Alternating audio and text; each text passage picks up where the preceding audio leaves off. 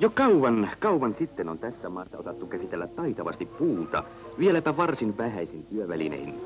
On osattu tehdä yhdestä haapatukista vaikkapa vene, käyttäen aseena vain kirvestä ja telsoa sekä tulta ja tervaa, joka voitiin korvata myös vedellä. Tämän ikivanhan tekniikan elävä perinne on säilynyt muutamassa läntisen satakunnan pitäjässä Kokemäenjoen pohjoispuolella, nimittäin Siikaisten, Ahlaisten, Noormarkun ja Pomarkun pitäjien yhteisillä rajamailla.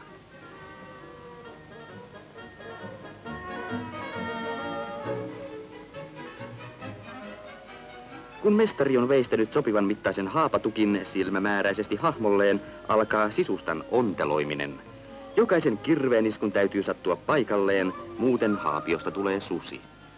Sisustan onttaminen suoritetaan pitkävartisella telsolla, ja sanotaan, että ruuhen telsoaminen on sadotonta työtä, toisin sanoen tulee vain vähän näkyvää jälkeä.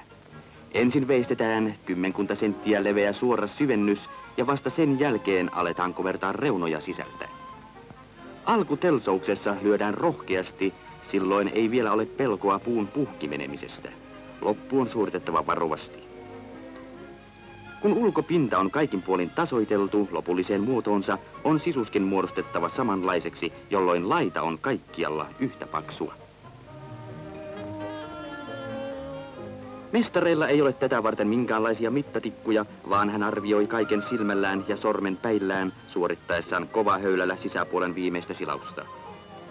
Ottaapa hän lopuksi korvansakin avukseen laitaa koputellessaan. Ohuempi kohta antaa toisenlaisen äänen kuin paksumpi.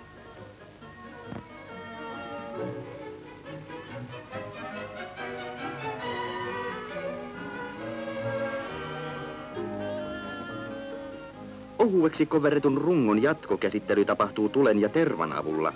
Kun ruuhessa on runsaasti kuumaa tervaa ja kun samalla ruuhen kylkeä kuumennetaan nuotion paisteessa, niin puu pehmenee, joten reunoja voidaan ruveta taivuttelemaan työntämällä poikittaisia puukalikoita eli nyteitä reunojen väliin. Parhaiten laidan pehmittäminen käy ruuhen pituisen nuotion hiillustan lämmössä.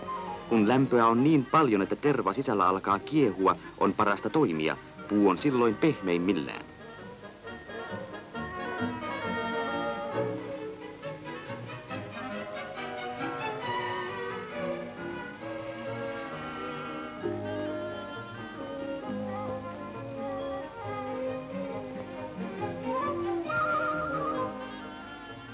Mestarin silmä huomaa nopeasti, mistä kohti laita ei ole taipunut sopusuhtaisesti. Siihen on lisättävä painokiviä tai hellitettävä painetta. Haapio pysyy näet sillä kuosulla, minkä se juuri nyt lämpimänä saa. On toimittava ripeästi, sillä venettä on tarvittaessa käännettävä ja koko lämmitystoimitus vie aikaa vain noin tunnin verran, mutta voi pahassa puussa kulua puolenkin päivää. Valmiiksi veistetyt ja höylätyt kaaret painetaan nyt paikalleen ja pian ruuhi saa oikean veneen muodon. Kaari ei läheskään aina satu olemaan juuri sopivan levyinen, joten sitä on muodosteltava. Kaarituksen avulla voidaan myös korjailla levityksessä tapahtuneita pikkuvirheitä. Entisajan mestarit levittivät laidat myös pelkästään vedessä liottamalla.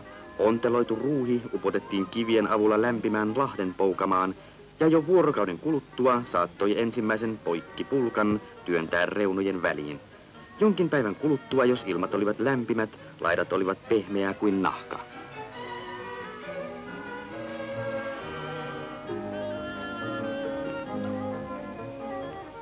Kaaritettuun ruuheen liitetään vielä parraslauta ja tilkitään se, ja niin kevyt ja pienillä vesillä varsin käytännöllinen vene on pian valmis.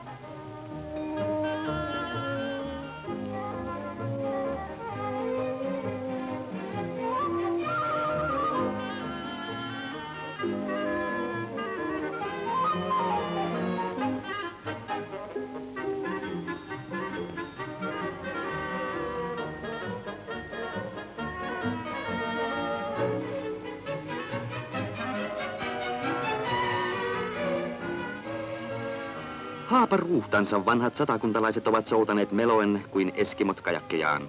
Kyseessä on ilmeisesti ikivanha pienten alusten kuljetustekniikka. Haaparuuhta ei käytetä vain järvillä kalastuksen merkeissä, vaan se on vanhoista ajoista saakka kuulunut myös heinäntekovälineisiin.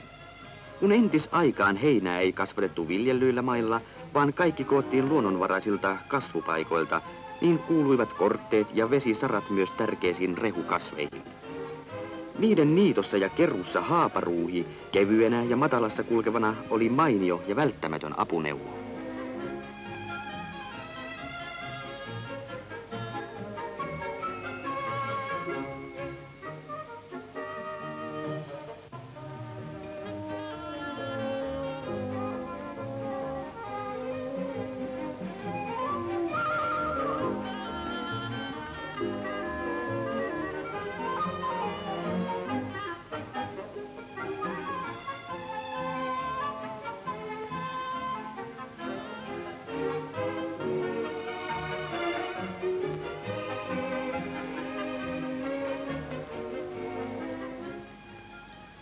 Haaparuuhen valmistus ja käyttö muistuttavat meitä monien sukupolvien takaisesta menneisyydestä.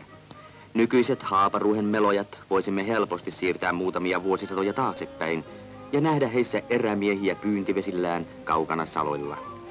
Haaparuuhi oli kevyt kuljettaa taipaleiden yli ja sillä pääsi kulkemaan ahtaitakin latvapuroja siirryttäessä vesistöstä toiseen. Ja taitava erämies kykeni sen itsekin tekemään salolla.